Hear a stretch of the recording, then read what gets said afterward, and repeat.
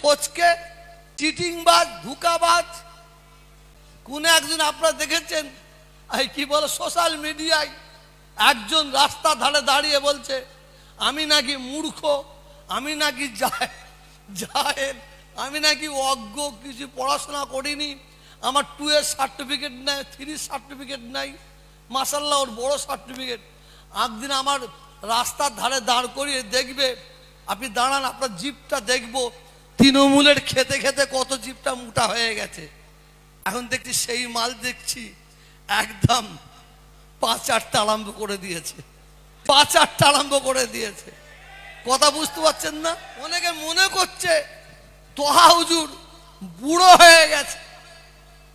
শোনেন, বুড়োর মার তো এখন খাইনে। বুড়ো যখন চেগে ওঠে না তখন কিন্তু কেউ সামলাতে পারবে না।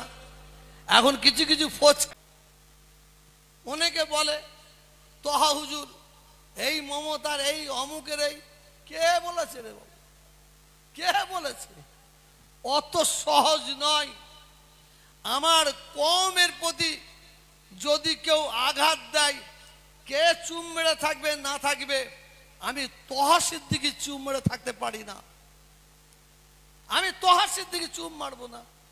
আজকে বাংলার যত মানুষ, যত ইমাম সাহেব যে ইমামের যে ভাতা পাচ্ছেন তার অবদান কার এটা জেনে নেবেন আপনাদের ছোট ভাই তোহা সিদ্দিকীর।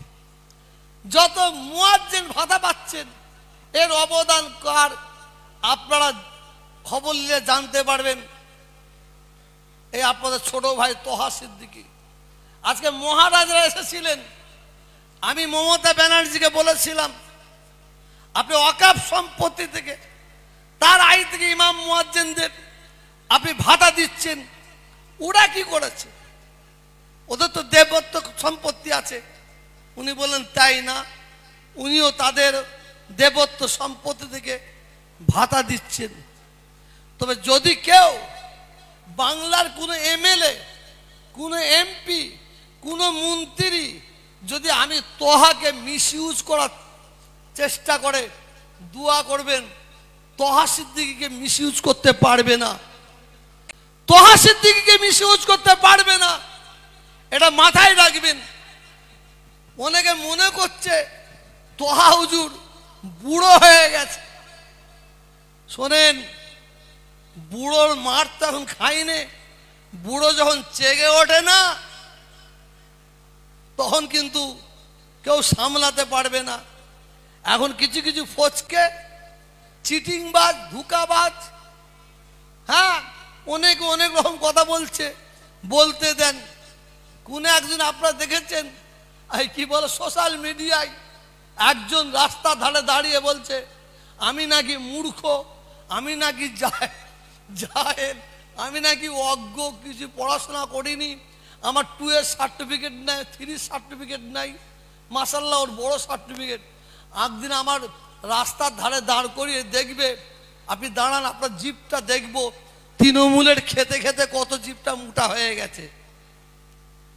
এখন দেখছি সেই মাল দেখছি একদম পাচারটা আরম্ভ করে দিয়েছে, পাচারটা আরম্ভ করে দিয়েছে।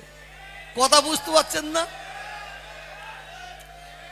শোনেন, আল্লাহ যদি কাউকে ইজ্জত দেয়, সারা দুনিয়ার মানুষ যদি তাকে বেইজ্জত করার চেষ্টা করে, ইন্নাল্লাহা মা'আস সাবিরিন, সে যদি সবর করে তার বদলা কেউ লিক আর না লিক আমার আল্লাহ নেবেন, আমার আল্লাহ নেবেন। আপনারা একটু অপেক্ষা করুন, একটু অপেক্ষা করুন, আরো কিছু দেখতে পাবেন। আমার প্রতিবাদ অন্য কিছু নাই। আমরা পীরের আওলাদ, হাফেজ সাহেব, মৌলানা সাহেব, কারি সাহেব, যদি কেউ মনে করেন আপনারা তৃণমূল পার্টি করবেন করতে পারেন, কংগ্রেস করবেন করতে পারেন, সিপিএম করবেন করতে পারেন।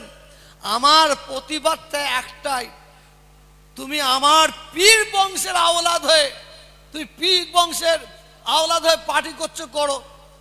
কেন দাদা হুজুর 5 হুজুর পার্টিকে পছন্দ করতেন না, গুলামতি পছন্দ করতেন না। যদি পছন্দ করতেন শুনে রেখে দেন, বাংলার মুখ্যমন্ত্রী দাদা হুজুর হতো, মেজা হুজুর হতো, না হুজুর হতো, ছোট হুজুর হতো, যদি পছন্দ করতেন। আমরা সংখ্যালঘু, বাংলার আমরা সংখ্যালঘু, কিন্তু সংখ্যালঘু হলে কি হবে? আল্লাহ বলছেন তোরা দুঃখ করিস না, ব্যথা নিস না, তোরা সংখ্যালঘু হতে পারিস। শোন, বাংলার মুখ্যমন্ত্রী কে হবে না হবে সেই চাবিটা আমি সংখ্যালঘু তোদের হাতে তুলে দিলাম। আমরা যে ডানি পাল্লাই চাপবো, যার ডানি পাল্লায় চাপবো সেই মুখ্যমন্ত্রী হবে। এখন আমরা অনেকে আমাদের কমজোর মনে করেছে, বিজেপির ভয়, বিজেপির ভয়। কেউ যদি মনে করে বিজেপির ভয় দেখিয়ে যে মুসলমানদের ভোট নেবে, সে ভুল করবে, ভুল করবে। মুসলমান এমন একটা জাত, আমরা বাঁদরের খ্যাখানি শোনাচ্ছি নাই, হনুমানের চড় খেতে রাজি আছি, হনুমানের চড় খেতে রাজি আছি। তবে আমি বেশি মুখ খুলবো না, আমার অনেক কাজ আছে, আমি একটু খামোশ খেয়ে আছি। কিন্তু আমার যখন দরকার হবে আমি আপনাদের ডাকবো, আপনারা আমার ডাকে সাড়া দেবেন তো? কই হাত উঠলো কোথায়? মুনাফেকি হাত তুলবেন না, অনেকে মুনাফেকি হাত তুলবেন। বাপ একটা, কথা একটা থাকবে, তবে আপনাদের নিয়ে মিসইউজ করব না। হাত নামান।